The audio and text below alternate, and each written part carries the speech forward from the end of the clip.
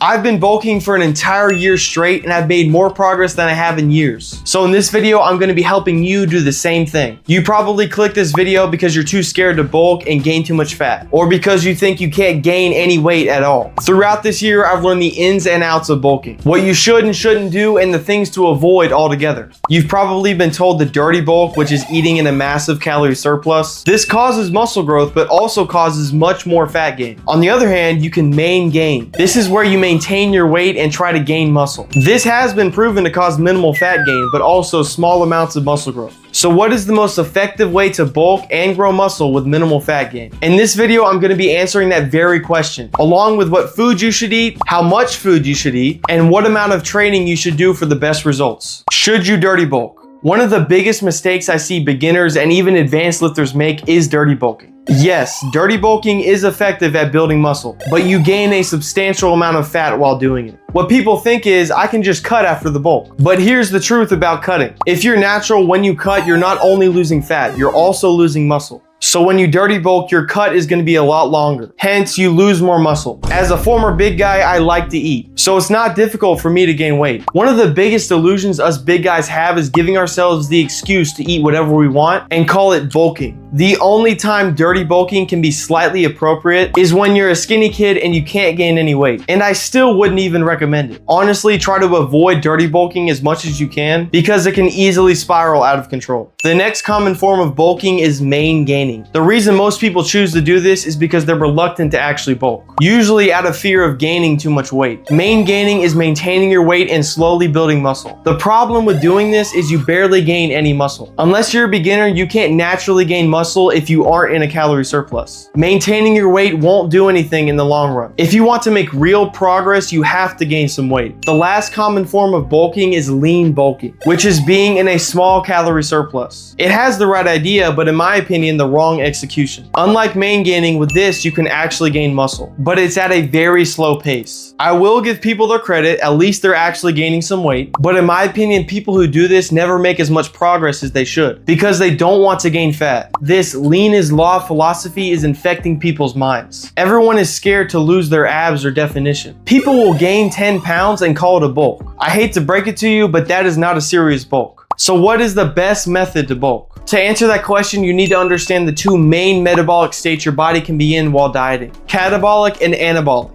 The catabolic state, or catabolism, occurs when your body is burning more calories than you consume, simply being in a calorie deficit. On the other hand, anabolic, or anabolism, occurs when you consume more calories than you burn, simply being in a calorie surplus. For bulking, the anabolic state is the most important because this is what actually builds more muscle. When you're in an anabolic state, your body is in active building mode, repairing those muscles after you train them, which is what creates those gains. Being in too small of a calorie surplus can mean you're not in your most anabolic state. So how do you bulk and be in your most anabolic state? First, you need to know your maintenance calories. A simple formula you can use is your body weight times 14 if you're a beginner. And if you're a more advanced lifter, your body weight times 16 to 18. This is not an exact number, but will get you in the right range. Secondly, science states a 10 to 20% increase in your calories, or 300 to 500 calories above maintenance, is the most optimal for muscle growth. So for example, my maintenance calories is around 3,200, so I would consume around 3,500 to 3,800 calories per day, though I usually landed around the 3,500 mark. This does vary for different people. If you're gaining weight too slowly, then increase your calories. On the contrary, if you're gaining weight too fast, then slowly decrease them until you found the right amount that suits you. Thirdly, treat your bulk like a cut. That might sound confusing, so let me explain. When you cut properly, you're supposed to slowly decrease your calories over time. This prevents you from losing muscle and mainly losing fat. The same principle applies to bulking. You should slowly increase your calories over time to prevent fat gain. I see a lot of people make the mistake, and I have as well, of jumping straight into a bulk and consuming 4,000 calories a day and then gain 20 pounds in a month. Avoid doing that. You'll just pack on fat instead of making gains. Now you know how much to eat. The next step is your training routine. Your training is what decides how much muscle you build. So don't slack off with training during your bulk. If you do, I guarantee you will gain more fat than muscle.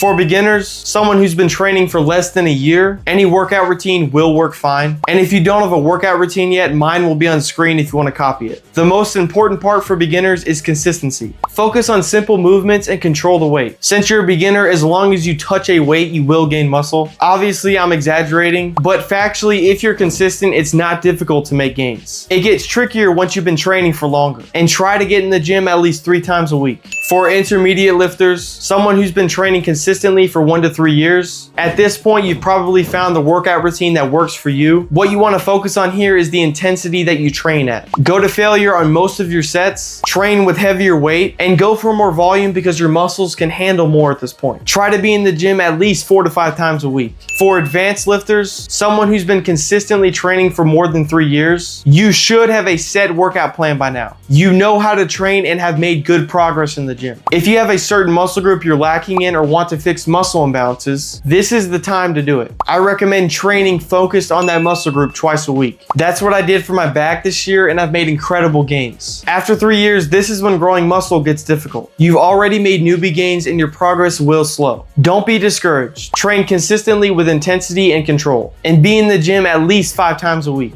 Now you know how to train. The next step is giving your muscles the nutrients they need to grow. The 3 nutrients your body needs to make gains are protein, fats, and carbs. First, the most important for gains is protein. Protein is what builds and preserves muscle. So if you're bulking or cutting, you need to track your protein intake. Science shows 0.7 to 1 gram of protein per pound of body weight is the most optimal for muscle growth. So for me, currently being at 225 pounds, I consume around 200 grams of protein each day. The cleanest forms of protein you should be eating are chicken, lean beef, turkey, eggs, Greek yogurt, and protein powder. Second is fat. This is crucial for 2 reasons. Because too little of fat consumption means lower testosterone production, and too much means excess fat gain. So you want to find a middle ground without lowering testosterone or gaining too much fat. Ideally, 20 to 30% of your calorie consumption should come from fat. To make the math easier, 1 gram of fat equals 9 calories. So for example, on my 3,500 calorie bulk, I would consume 75 to 115 grams of fat each day. That means eating healthy, clean fats, not ultra-processed junk. Thirdly, carbs are pretty simple. Whatever remaining calories you have left should come from carbs. So in my bulk, I would have around 425 grams of carbs. The only rule is don't waste those carbs on junk. You can mix in some foods that you're craving, but don't overdo it. Now the last part, what supplements should you be taking? For me personally, it's pretty simple. I take creatine and a men's multivitamin every morning. Creatine builds muscle, improves strength, and has little to no side effects. Most people don't get enough nutrients from the foods they eat, so I would highly recommend taking a daily multivitamin. The important nutrients to look out for are vitamin D, magnesium, and zinc. These all have been scientifically proven to help with testosterone production, which is crucial for muscle growth.